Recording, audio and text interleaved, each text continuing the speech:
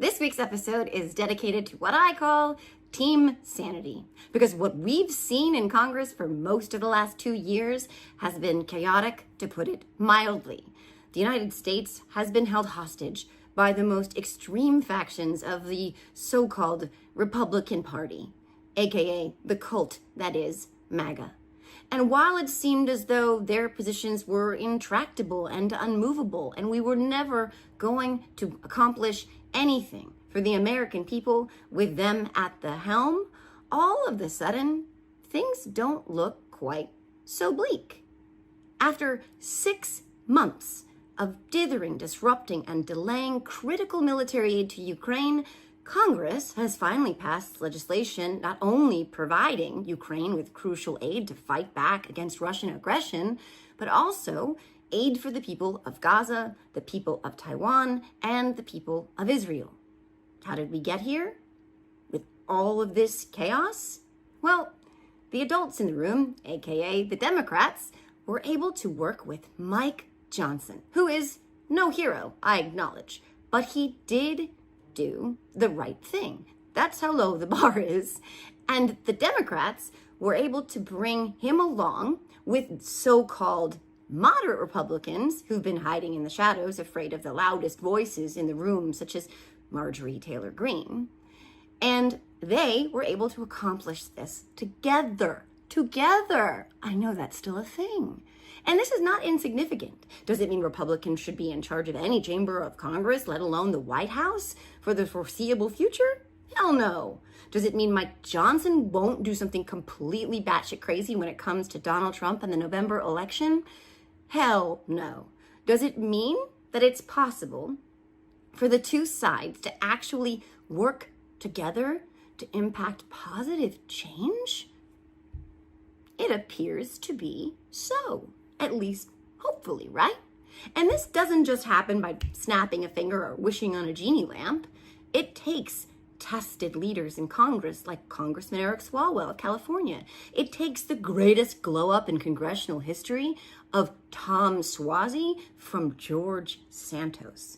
It takes foreign policy experts like Joel Rubin, who understands the importance of Congress when it comes to geopolitical affairs, such as the Russian aggression in Ukraine and the October 7th Hamas attack on Israel and the subsequent Israeli response.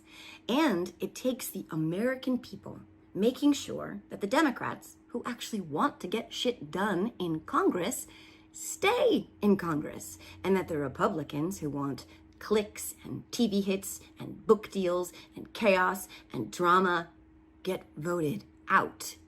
It also requires those Republicans who've been sticking their heads in the sand and hiding in the shadows afraid of a primary to start waking up and realizing that what's at stake in this election year is much greater than a single congressional seat right now. This is about protecting and preserving our democracy. We need all the grown-ups in the room right now. We need Team Sanity. And that is why this week I am so proud to have newly elected New York Congressman Tom Suozzi, California Congressman Eric Swalwell, and my friend of the podcast, foreign policy expert, and one of the most reasonable, logical, intelligent, sense-making, level-headed voices I know in Joel Rubin. My dog Ruby agrees. She doesn't come into the room when I say Kristi Noem's name. This is a fully loaded episode, and I'm so incredibly honored to have had these conversations with these three gentlemen. It actually gives me so much hope for the future of America. I hope you enjoy. I know Ruby will. Oh yeah, and one more thing. Let's go Rangers. Stanley Cup, baby. All the way. Welcome to the Are You Effing Kidding Me podcast, Congressman Tom Suozzi, and welcome back to my friend Joel Rubin, who is Deputy Assistant Secretary for Legislative Affairs. I'm calling this the Team Sanity episode, but what everybody missed was that the congressman was singing Let It Go before we started recording, and I wish the world could have. Oh, it's frozen. You said he can't be, he's frozen. So it made me think, yeah, I'm frozen. Let it go. But I'm not going to sing for this. You have a pretty good voice, though. I don't know, maybe a side hustle or something there? This doesn't work out. Exactly. I think you're doing all right. So, I so want to be on Team Sanity, though. that's what I want to talk about. That's exactly what I want to talk about. And I'm so glad that you are now in Congress because that is the greatest congressional glow up of all time. From Santos to Suozzi. I mean, you can't get a greater contrast than that. So I want to talk about I sanity. like that. I Yeah. like that. I don't actually put it that way. From Santos to Suozzi. That's I- good. Hey, look, I'm smart like that. It's a Jersey thing. But for real, and Joel is also Team Sanity because there's so much chaos and so much noise out there, and the extremists are pulling everybody in all these directions. But what the both of you do, and Congressman, I will start with, your swearing in speech, if that's okay, because what the both of you do is you speak like the grown-ups in the room. You're saying to the world, stop. Don't set your hair on fire. Let's cut it out with the chaos. And in your speech, you said that you promised the people of Long Island and Queens that you would deliver a simple message to the chamber. And that was wake up. The people are sick and tired of the finger pointing and the petty partisan bickering. They want us to work together. And that is exactly the message I think we need to hammer every single day. So can you talk about that a little bit? Well, it was funny because, I campaigned on that message and said, if I go to Washington, I'm going to tell them, wake up, people are sick of this. And then the Democrats erupted in applause, and like only two Republicans stood up, whole group. It was like, it was like the State of the Union thing where one side stands up and the other side didn't stand up. And I looked over at the Republicans. I was like, you guys aren't clapping. That's, let's work together. But I got them clapping later on. So, yeah, well, it's really the bottom line. People are so discouraged. Let me just say the public is discouraged. The people are discouraged because they're, like I said, up with the whole bickering, and they want us to solve the real problems. People are worried about real life problems. They're worried about cost of living. They're worried now Israel, Gaza. They're worried about their kids, with on social media, it's affecting their lives, and all these kids are depressed, and they're worried about the weather. I mean, we have these crazy storms and fires up in Canada, bring smoke down to New Jersey and Long Island and New York. I mean, it's like people are these are real things, and everybody's and pointing fingers and yelling at each other. So the people are discouraged. What I was very surprised when I got to Congress, when I won on February 13th. I was sworn on February 28th, I think. And my fellow members of Congress, Democrats and Republicans, and everybody's like, why'd you come back? It's not working. This is no good. And I couldn't believe how much it had changed in the only 14 months I had been gone. And I really am very hopeful because we passed the big Ukrainian, Israel, Taiwan, et cetera, bill. And that was bipartisan. That was a rejection of, the New York Post called her Moscow Marjorie, and the other extremists. And it had overwhelmingly bipartisan support. One of the things I've been saying, and this is the last thing I'll say, and I'll go to another question, but is whoever the next president is, a big percentage of the country is going to be unhappy. Okay, no matter who it is. The Congress has got to really step up its job. I mean, we are an equal branch of government, the House of Representatives and the Senate. We've got to function to do our jobs, especially in that environment. Right. And I want to talk about that, the aid bill that Joel obviously is so well versed on as well, because that spent months and months of inaction, of us not getting any aid to Ukraine. And it seemed as though they were completely stuck, that there was no movement, that they were not going to, ever pass this. But then you got to Congress and, things started to change. Where you got Mike Johnson on board. So I think a lot of Americans don't realize is first of all, how much of a role Congress plays in these sort of things. And then how also you were able to get through the muck that they'd been mired in for all those months to finally get this bipartisan legislation done. Well, I can't take the credit for changing the whole thing, but I'm sure I helped contribute to it. Yeah. But Joel, you want to say something first before I go? Well, Congressman, I was gonna actually kind of give you props there because don't sell yourself short. I think your election and your messaging helped grease a change in mind about what could be done with that bill. And I actually wanted to ask, as you're thinking about your response, if you could sort of describe how you went through that during the political season as well, because your race happened at the exact same time that the debate was underway about what to do regarding the aid to Ukraine and to Israel in particular. Those were the hot spots. The China part was not really And the so border. controversial. I mean, you're in the middle of this, and what were you saying to people as you're thinking about your responsibilities as an incoming member and a former member, what it means to be in the room? What were you telling voters about why it was important to support this aid? I say that, issue we face in the country is complicated. Whatever the issues are, nothing is simple. Anybody who says, why don't you just, doesn't talking about. Everything's complicated. And you cannot solve complicated problems in an environment of fear and anger. We're yelling at it, yeah, you're one of those. No, you're not going to get to the details of these very complicated issues in that type of environment. So the people, want us to behave like they behave in their lives or in their businesses or in their family, where you sit down and you say, well, I think of this. Well, I think that. Well, how about this? And you find, where can you find common ground?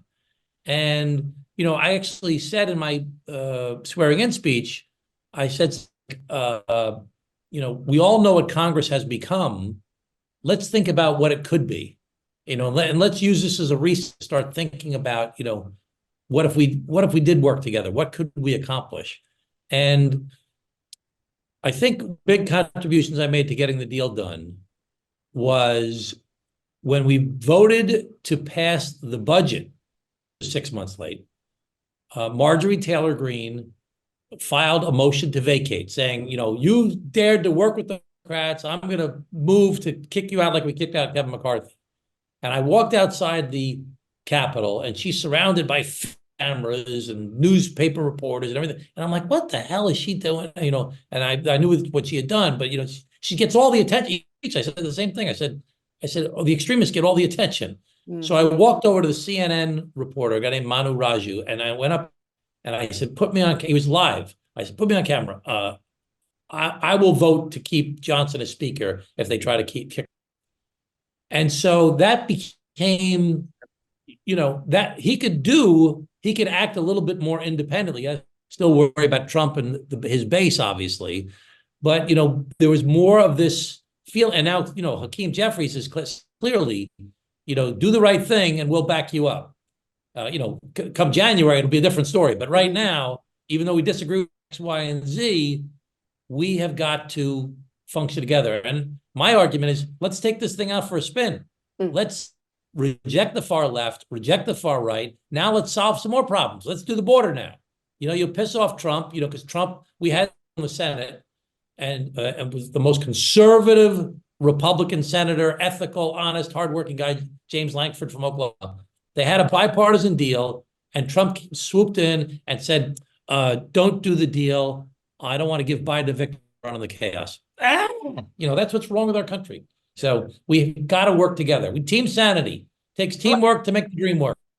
For real. And that is, I think, probably one of the keys to your victory, because that's what you were saying to your constituents, was that you didn't just want to go down there to make a bunch of noise and to keep chaos going. You wanted to go down there to do things, which is what you're all supposed to be there doing, but not just, things, not just Ukraine, but things that, like you said, the kitchen table issues, the things that matter. I mean, right now, the Republicans are talking about saving dishwashers and gas stoves. And it's like, that's not what their constituents want from them. And you're talking to them in plain terms that they understand. And you're saying, I promise you, I'm going to go down there and I'm going to work with them because I have to in order to get things done. And you not only went out there and said first that you would back saving Mike Johnson, you also penned an op-ed in the Wall Street Journal. I think that took probably some, forgive me with the phrasing, but some balls, Congressman. I mean, to go out there and say that. MAGA Mike Johnson, as we call him, is not the most beloved figure for people on the left. But you said, I'm going to put I'm putting democracy first, not Because I wanted president. to say that the empress has no. I mean, we take away Marjorie Taylor and her crowd's power by doing this, and we empower, the middle, that we can work together. And so, we're all being manipulated. There's so many things that are happening that are driving us to the extremes. And I mean, let me just say quickly, there's four things that are pulling us.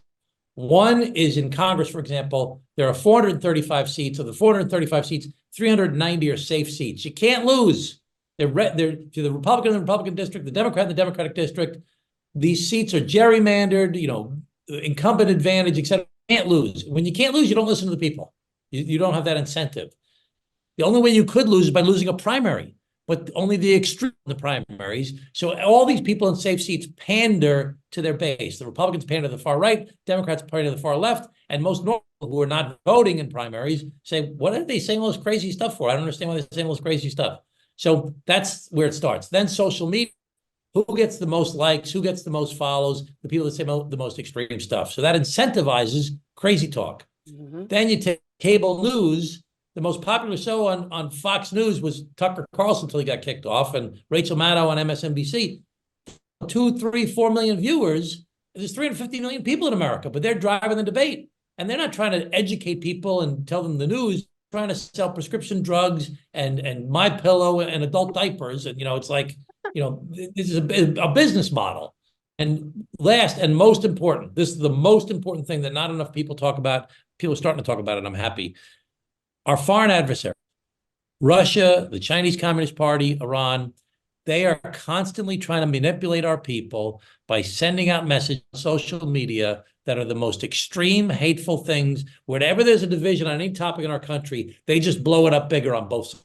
So we are all yelling it. So now it's Gaza, Israel. It used to be Black Lives Matter versus Blue Lives Matter. It's transgender and evangelical. Whatever there's a hot button issue, they blow it up big. So one side looks at the other side and says, who are these people? I don't know who these people are.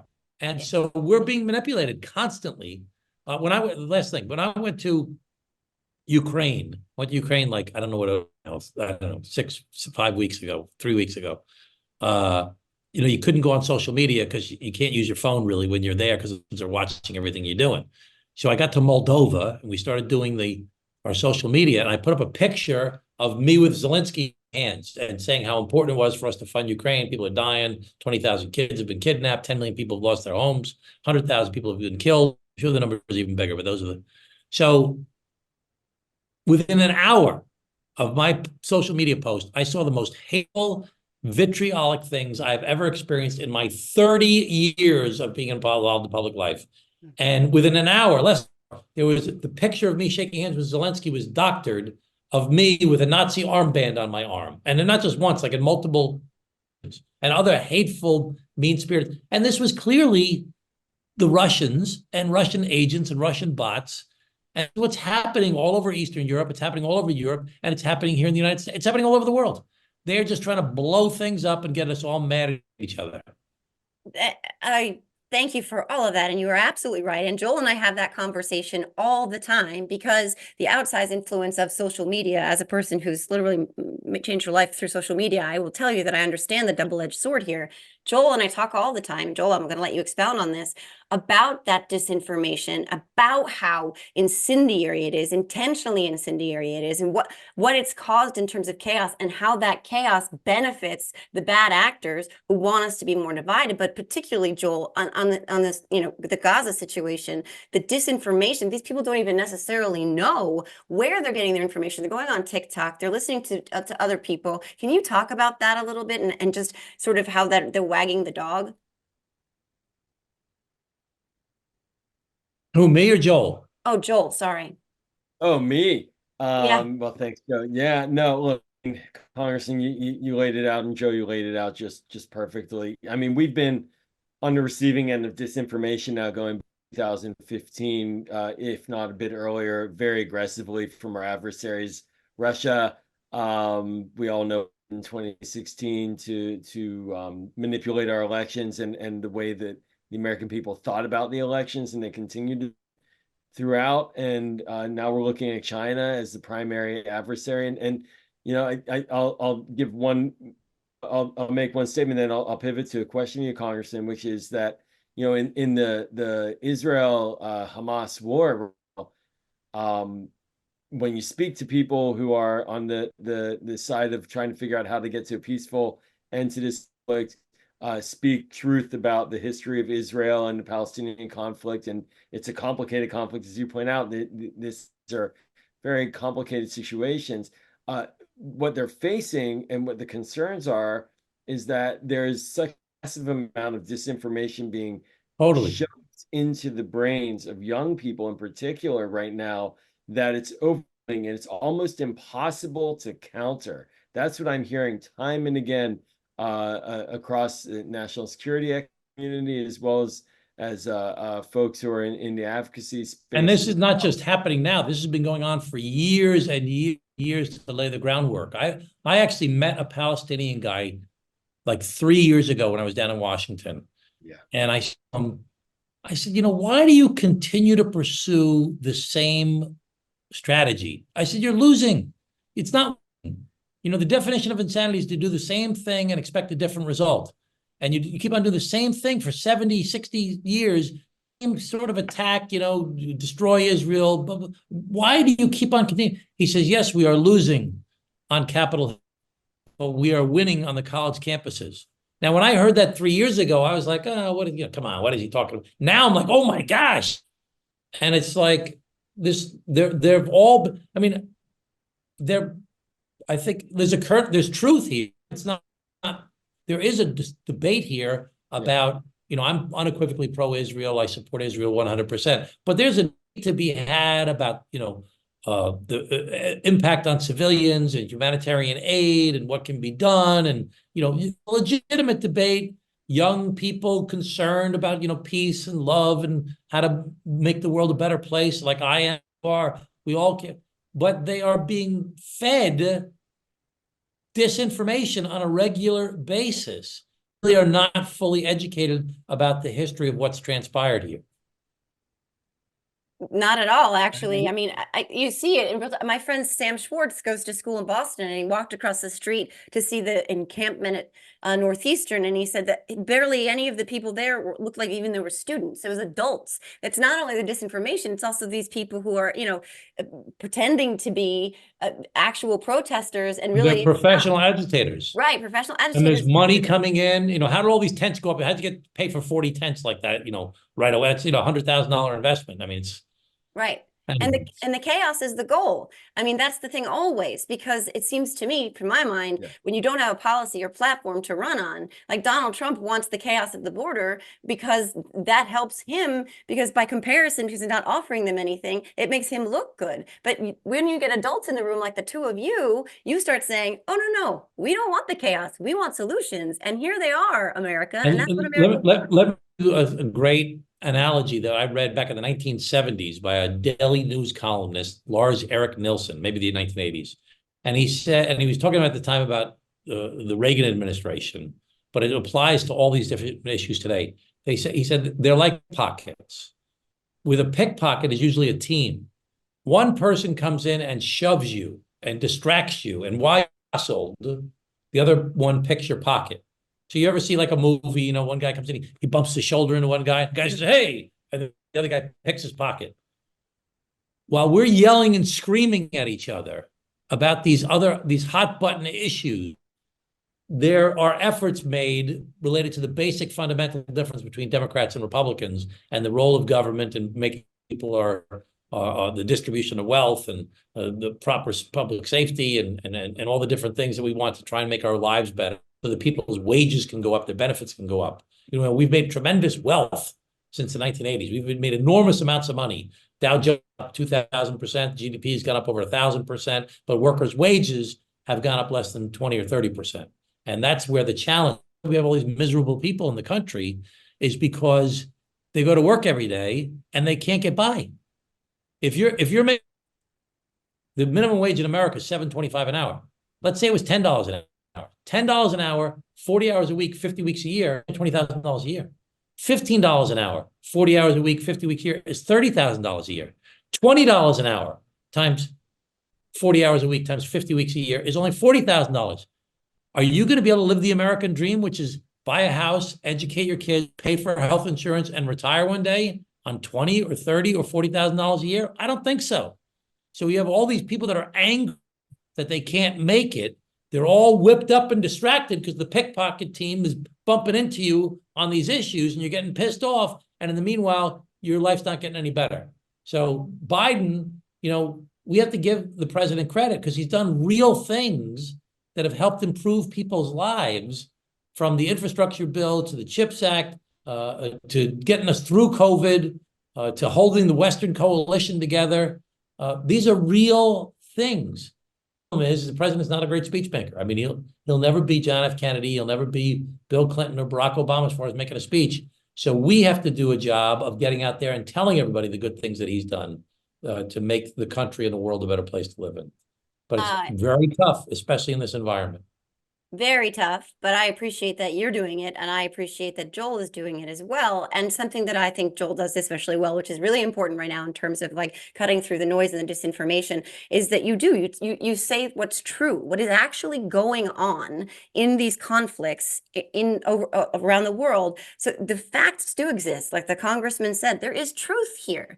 And when we continue to push the truth, hopefully we can sort of dismantle so many of these other lies that are fueling this chaos. So Joel, can you talk about I want an answer to this question what people are asking, because they're blaming President Biden for supporting genocide, right? That's what they say. That is the big thing that they claim he's doing, and that we should not be supporting Israel at all. Can you just really quickly just explain to people what that really actually is, what he's really doing in terms of Israel?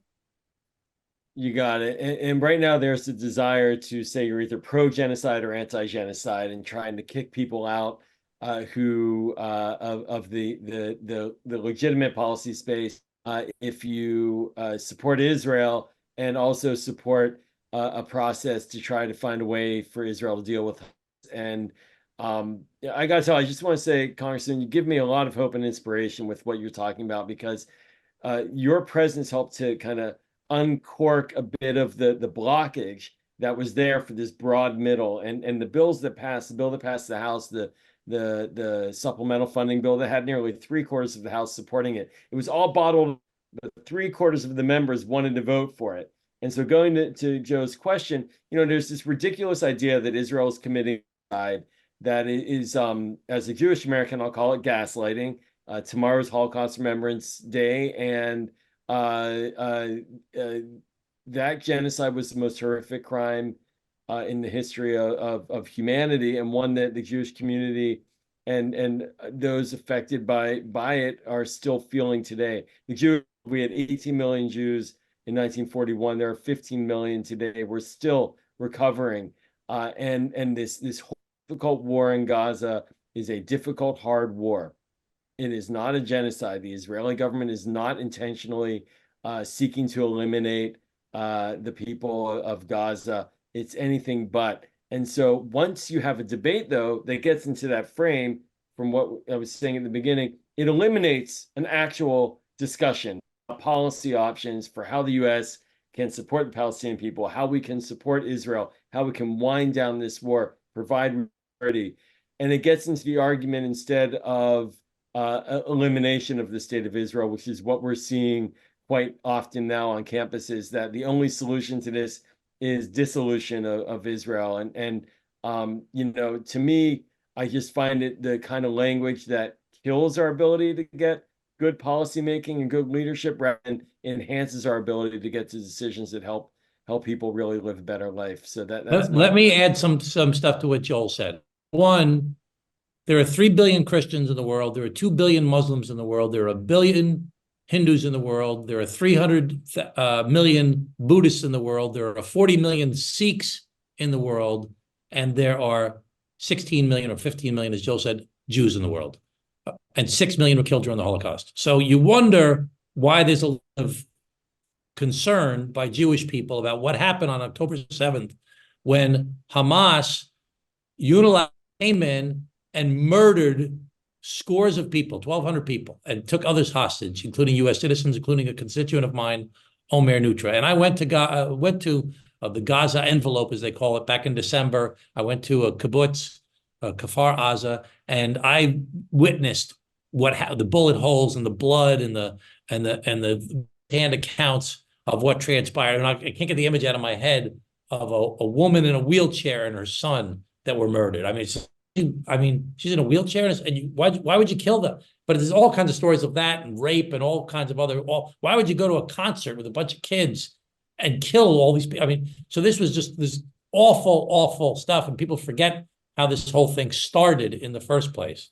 And then everybody who's an expert in military operations said that Israel has done a better job of protecting civilians in an urban, dense warfare environment, better than the United States in other wars, in protecting civilians. Now, are civilians being killed? Yes. Is it awful? Absolutely terrible, awful, gruesome. And people are being fed the images of kids losing their limbs and things like that every day, and firing them up, understandably so. But the reality is I did a bill back in 2019, a bipartisan bill called the Human Shields Act. The Hamas literally uses civilians as human shields from where they rockets, where they store their armaments, where they keep their troops, and they put them underground, as we heard about the tunnels and everything like that, under hospitals, under schools, under mosques, under people's homes, because when you have to attack them to try and take them out, they are using civilians as collateral damage, and they want that to happen so they can use this narrative that we're purposely trying to kill civilians, which is just not true. So this is very important. Hamas is not a loose confederation of unsophisticated desert soldiers. Hamas is a sophisticated, disciplined terror army that has had a strategy and a plan, and still does, to kill Jews and destroy Israel. That's their plan. And this conflict, people say, ceasefire, ceasefire. Okay, what is ceasefire? Then number one, is the hostages. And number two, lay down your weapons. So we have got to, and that will not happen. Even the proposals on the table that we're talking about this today, I know there's going to be aired later, but as we speak here today, they say, oh, Hamas wants to do a ceasefire. Yeah, but they're not doing the terms that have been negotiated. They're just making new stuff up. And they're using the propaganda to try and get everybody pissed off again. So, and Hamas is not interested in a two-state solution, right? That's right. Not a. They want to destroy Israel. Right. Absolutely. So, and that's a two-state solution is, I think, what everyone on this call, this podcast. Only answer. Two-state solution is the only answer, and it'll be very difficult to happen. But if we could get to a point where they could negotiate a ceasefire, and then we can do everything possible to try and bring other parts of the Arab world into an agreement to try and run Gaza, and so that people actually had schools and running water and had their garbage picked up, and people could live decent lives and rebuild the place, and instead of focusing on spending billions of dollars, not on the people, but on building tunnels, instead of spending these billions of dollars on a bridge to peace, they're building tunnels of terror. If I can add, what is most disturbing about the language now here domestically is, to Joe's point, the lack of knowledge and information. The Hamas language is now become language of the protest. And I'm old enough to remember the 90s, the Oslo period, when Shimon Peres and Yitzhak Rabin were winning Nobel Prizes with Yasser Arafat, and Hamas came in and sabotaged that effort by blowing up buses in Tel Aviv and killing Israelis. And then a decade later, Ariel Sharon pulled Israel out of Gaza and handed it to the Palestinian Authority. And about a year later, Hamas conducted a coup and killed multiple Palestinian leaders and took over the Gaza Strip and used it as a launching pad. So people need to know that history. I'm afraid that we don't have that kind of awareness in a lot of the protests now, unfortunately.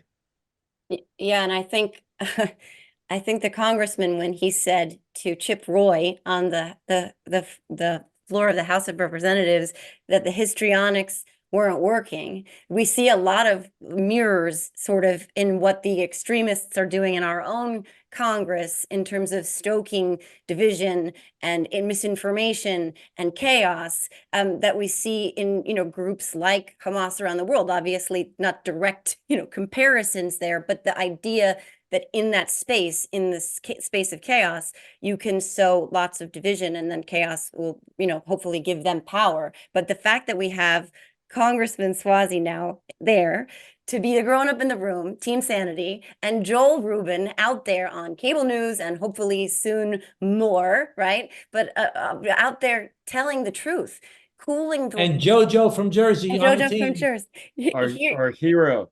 Here to facilitate these kinds of conversations, hopefully the truth, the sane truth that Americans need to hear, because this is where progress can actually be made. This is where solutions can actually be found, in the truth, and not in this like hair on fire, hyperbolic, histrionic craziness that is MAGA. So that's why, Congressman, like when I saw you give that speech, when you were sworn in, it was like you just spoke to my soul, because especially being that it was Santos who had that seat before you. I mean, this guy's the freaking criminal. Unbelievable. Right? And now he's doing cameos of himself in drag. And I mean, it's beyond, like, you just jumped the shark a million times over. But you stood there and you spoke sanity. You spoke like the leaders that I grew up looking up to when my dad was talking to me as a Republican, by the way, about politics. And I thought, I don't like that person, but at least they're making a little bit of sense. And that's what both of you do so well. And Congressman, you're really making change. I know you don't want all the credit. I won't give you all the credit, I promise. But like, I feel like your influence in that space has been massive, and it was so desperately needed. And I think Americans want to see more like you. So I appreciate you so much. I cannot tell you. They say the best politicians are the ones who say what people are thinking already. And I just think that people want us to work together and solve problems. And they've had it. They've had it with this whole showmanship. And we just have to do the hard work. It's not worth doing these jobs. It's totally not worth it unless you're actually accomplishing something. And the reason to be in public service is to try and make people's lives better. It's not worth, long hours and raising money and going to events, people picking on you, and et cetera, et cetera. I mean, I'm not complaining. It's a great honor. I'm very, very honored to be in this job. But it's not worth it for the ego or for the competition. It's only worth it if you're actually making lives better. And I think that most politicians, Democrats and Republicans, go into public service for that purpose. And we've just been hijacked by these wingnuts. And so we have got to just fight back. And listen, it's not easy. It's hard to do. Because, John F. Kennedy wrote the book Profiles in Courage after like 175 years of American history. Only like 8 people in the whole book. I mean, so it's hard to stand up to these forces that are dominating the airwaves these days. I think that, people like the two of you and others, we just got to keep on pushing and keep on fighting, and we'll make things better. We just keep up. I could not agree more. Joel, do you have anything to say before we pivot to the last little section? No, I'm just applauding and smiling. It's beautiful. It really is. He's doing the old Italian expression. He's cavelling. Oh, warms my heart. Warms my heart. It does. It gives you're a true mensch, as I say. It gives me hope for the future too, because I mean, we've already seen something I didn't think was possible, was that you were going to get Mike Johnson to go against Donald Trump, and that the Democrats were going to, protect him against Marjorie Taylor Greene. I mean, Nancy Pelosi said it today when she said she was supporting the integrity of the House of Representatives in supporting Mike Johnson, and that's what this is about. There are institutions that democracy requires compromise, and it requires respecting the integrity of those institutions and the job that they are tasked with doing. So with that, thank you again for that, Congressman. It means so much to me, to America. I'm your neighbor in Jersey over here. So I want to thank you for doing that. I hope you're not an Islanders fan, but that's a side conversation. I am an Islanders fan. That's fine. I liked Pat LaFontaine. I won't lie. I always love Pat LaFontaine, but I'm a diehard Rangers fan. We have to thank Hakeem Jeffries too, because he's a really a great leader and is holding things together. And he's done a great job on holding it together. And Nancy Pelosi is being an incredible mentor. And I think that that is one of she's the greatest speaker of all time. And I think that that is our secret weapon too. I love. She's remarkable. Amazing. So with that, very quickly, Congressman, we are going to pivot, and my friend Joel. Joel knows he's done this twice now. I have the rapid fire random question round. These are very serious questions, Congressman. I hope that you're prepared for the implications of your answers. So we're going to start with. Wait, this is for both of us or just For both me? of you. You both get to answer. I'm just watching. You Okay, both, go ahead. Congressman, you're going to go first, okay? And then Joel will go. What is your go-to movie candy? Movie candy? Movie candy. What is the candy you Gummy have to have? bears. I like popcorn and gummy bears together. Good mix. Joel? Oh, peanut M&Ms. Come on. Peanut M&Ms. Peanut M&Ms are made, I'll just say, I'm going to say in my district. I'll just say that. Oh, Yes, they are. All M&Ms and peanut M&Ms are sold mostly in the United States, are made in District 7. So, okay, thank you for that. I'm a Twizzlers girl. Number 2, Congressman, how many languages can you say hello in? oh, I can say thank you in like 50 or 60 or 70 languages. Damn. I can say, give me a language, I'll tell you how to say thank you in it. Greek. Don't be too hard. Greek. Huh? Greek. Afaristo. Arabic. Shukran. Shukran Oh. Habibi and Habibti. That's the only one I know. Turkish. Tashakur. Tashakur Rdayan. Ooh, Polish. winning. Dziękuję. All All right, you get the idea. Joel, how many languages can you say hello in? I'm embarrassed. Maybe 3 or 4. I can Sinhalese, Ayubowan. And that's that. I think maybe the congressman came over here on Melania's Einstein visa. That was amazing. Okay, last 2. Congressman, how long would you last in a zombie apocalypse? I think I'd be good. I think I would stick it out. I think I'd be very creative. My wife says, forget it. She doesn't want to do it. But like, I don't want to go through that. But I'd be like ready to go. Joel? I'd be hiding. I'd be done. Oh, no, except I wear contacts. So if I couldn't get my contact stuff, I'd be like, it'd be over for me. Be like, zombies coming. Well, where? Yeah. I'd be roadkill pretty quickly. I'm not the survivalist. I admit it. I'm the first one I know that would die in any horror movie. I know I would be the first one to run the wrong way, go the wrong place. Everywhere in a movie you're like, don't go there, I would go. So I would last 5 minutes tops. Last question, Congressman, how do you feel about clowns? Well, I'm okay with clowns. My son is terrified of clowns. He had a bad experience as a kid, but I like clowns. When I was a kid, there was a famous clown. As shows how old I am. I'm 61. There was a clown called Emmett Kelly. He was like a very famous guy. And then there was a lot of movies that I saw with clowns. I'm good. I'm okay with clowns. I got no problem. Joel? Can we include Crust? Is that okay? Because I'm a big Simpsons fan over here. So that's my favorite clown. That's about it. The rest are kind of frightening. Yeah, Poltergeist ruined clowns for me forever. I don't know if you've seen that movie, but there was the scene with the clown and the everything's starting to go crazy, and that just ruined clowns for me forever. So no clowns for me.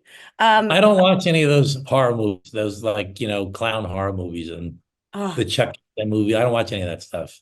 I shouldn't ever have done that. I just watched The Hunger Games for the first time, and my daughter thought I was gonna have a heart attack. I should not watch anything scary. It's just I'm not cut out for it. Again, see the zombie apocalypse, 5-minute lifespan. Well, thank you for answering those hard-hitting questions, Congressman. I do think that your constituents will be, this will advise them in their future votes, in support of you. And they're going to want a guy who's going to stick around in a zombie apocalypse at the very least, and they know that they can get. There was a period where I watched The Walking Dead with my kids. So.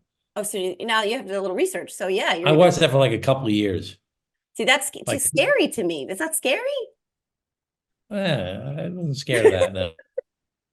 Yeah, I'm a big baby. But seriously though, I'm so glad and so profoundly honored to have had this opportunity to talk to you, to meet you screen to screen, Congressman. Again, I will sing your praises very loudly for all to hear with great frequency, because we need your voice so desperately right now, more than we have needed a voice in Congress in a very, very long time. May you be the first of a new dawn of sanity on the Hill, because I do think that it's really not that insurmountable for us to sort of get those folks in the middle, to come back to the middle and leave the fringes. I really do think that there's a pathway, and I do think that you are a linchpin in that movement. So thank you so much for that. Thank you. Thank Oh, for Joel, thank you so much. Really appreciate you guys. Keep up the good work. There's a lot more of us than there are of them. We just need to get people to do it.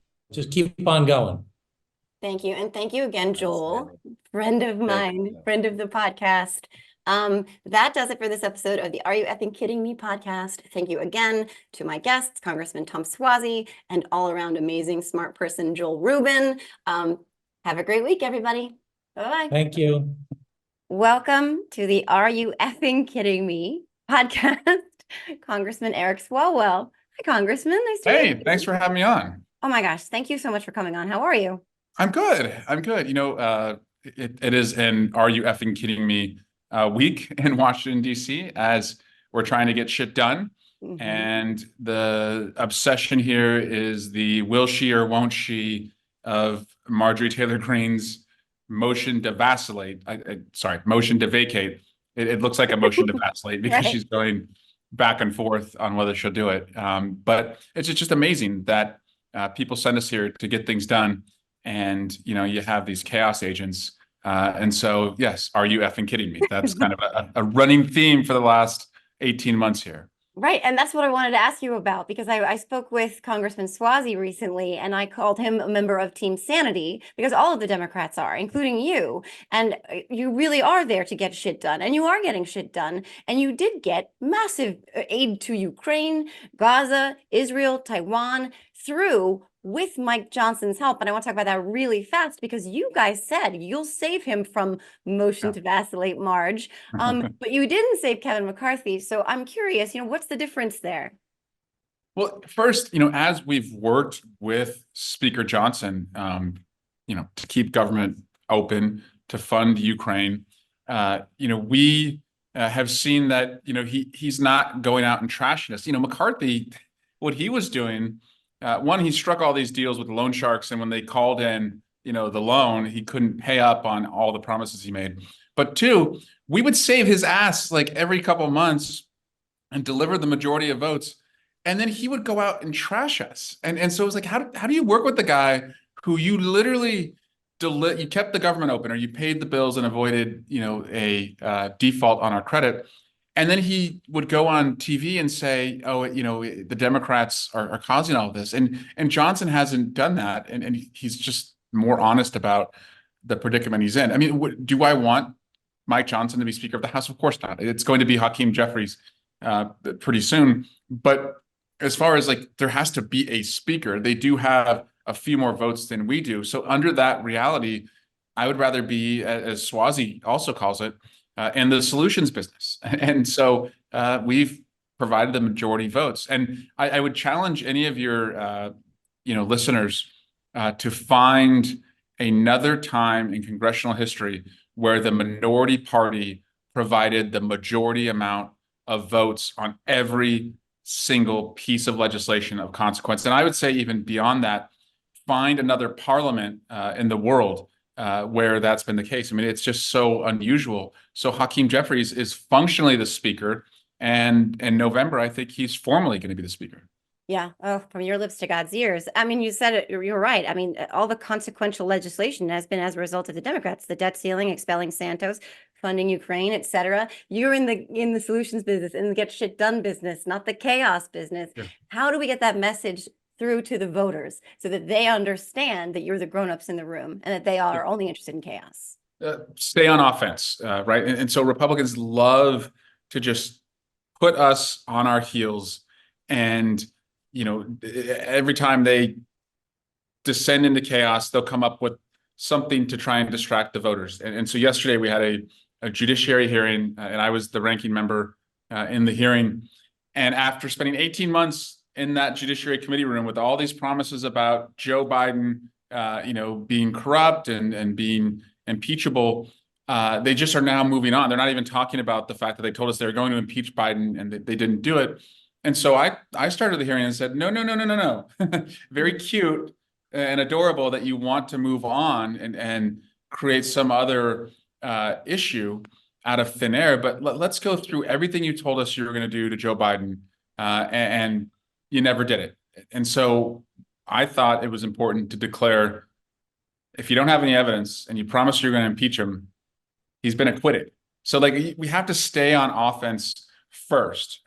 So don't let them define the narrative. And then shifting to, what type of presidency this has been. This is a jobs presidency. I mean, no president, has seen more jobs created under their presidency in our lifetime. And in fact, the president who saw the most jobs lost was the last guy. And so, really bringing it to the concrete issue of a job. Like if you want a job today, we are in an environment where you can get a job. And in most cases, it's going to be a job that pays more than the last job that you had. And so again, it's more about us defining the terms rather than being on defense, and then also just saying it plainly. Like this is a jobs presidency. Don't say the GDP is going up or the unemployment rate is this or like inflation rate. No, just make it simple. It's a jobs presidency. And too often, I'm afraid, we have been our own worst enemies and talking in like government speak or legalese. And we just need to speak right to the gut, because this is a gut check election. Yeah, and I love that. And I also love what you do that I think so many of us are hungry for, is you punch back and you're not afraid to go right back at them. Those clips that, we're all sharing on Twitter and Instagram of you guys just calling them out and not being afraid to do that. I think that really inspires and motivates the rest. I want to call out just some of the newer members who I just really love working with, who are doing such a great job, especially on the oversight committee. And this is like Dan Goldman, Jasmine Crockett, Jared Moskowitz. You typically think when you're a witness that the questions always come from like the upper row or the upper dais, and you think, oh, these are the heavy hitters in Congress, and they are. We've got great talent up there. But when you go to like the more junior members, it's like a murderer's row of members who come prepared. They come with passion, and they're playing on offense. And so I've really enjoyed just watching the newer members take it to them and not being in that 2016 mindset where, if you remember, we were just on our heels all the time with all the Hillary investigations they were throwing at us that were going nowhere, but we were just constantly playing catch up. We're not doing that anymore. No, I love it. And with them, it's like you're dealing with a toddler all the time. So it's kind of like you guys have your hand on their heads as they're sort of punching into the air, and you're mocking them and the ridiculous of it at the same time, but you're still something getting you and I both know a thing or two about. Yeah, exactly. But you're still getting stuff done. And that's what's remarkable. With this Congress, of all Congresses, you're still getting stuff done. And you still managed to get a Trump acolyte to put Ukraine aid on the floor, finally, after far too long. But still, you got it done. And that is remarkable. And the story of Joe Biden, when it's, written with more objectivity 20, 30 years from now, is going to be that, during the most divisive time in American history since the Civil War, with the thinnest margins in the House and the Senate, he was the most consequential president we've had. And it's hard for that to break through right now because we're in it. Yeah. But as you take a step back and have some perspective, you see we are living history. And that's why it's so important that we choose right and we don't choose further chaos, when we have to go and decide again what path we want the country to go to. Right. And given what we're up against, especially in terms of, I don't think it's hyperbolic to say that the threat to democracy is real right now, but you have been fighting the good fight, and you were, modeling this sort of, like you said, the murderer's row sort of pushback way before you made it. You're the OG. Like you made this, you made this a thing. You made it happen. And what we've seen with these newer members, and I'll also say, Jeff Jackson from North Carolina, he has the best explainer, TikTok and Instagram videos. This new generation of members, I really admire how they're trying to bring in, especially young people who, they're going to pay the price, for the longest amount of time if we get this wrong. And so, a young woman today, she thinks about what college do I go to and has to factor in, oh, the state may not allow me to make decisions about my own healthcare. And then where is she going to live, once she wants to start a family? These are all decisions that affect, this younger generation. And I hope they appreciate that they have fighters in the U.S. Congress right now. And those members are doing everything they can to try and pierce through and reach those, the younger people so that they understand, what's at stake.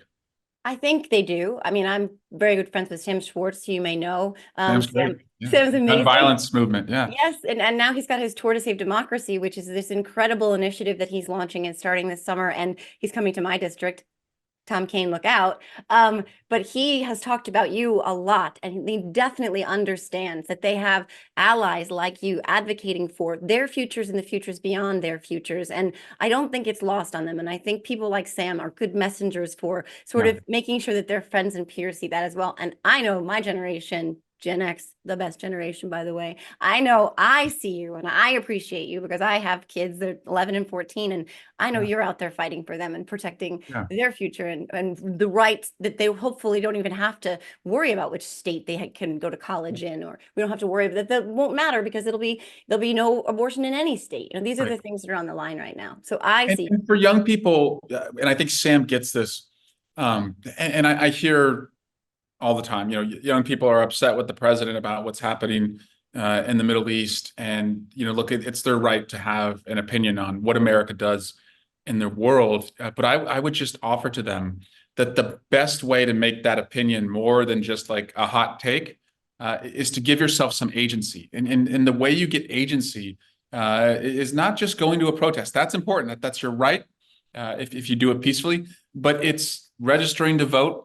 It's going to a town hall. It's looking up and down the ballot at every seat that's up for election and educating yourself about, who's going to make decisions about you. And then it's participating on election day. And then your agency comes, like, once you participated, you can go to the people who you elected and say, look, I registered.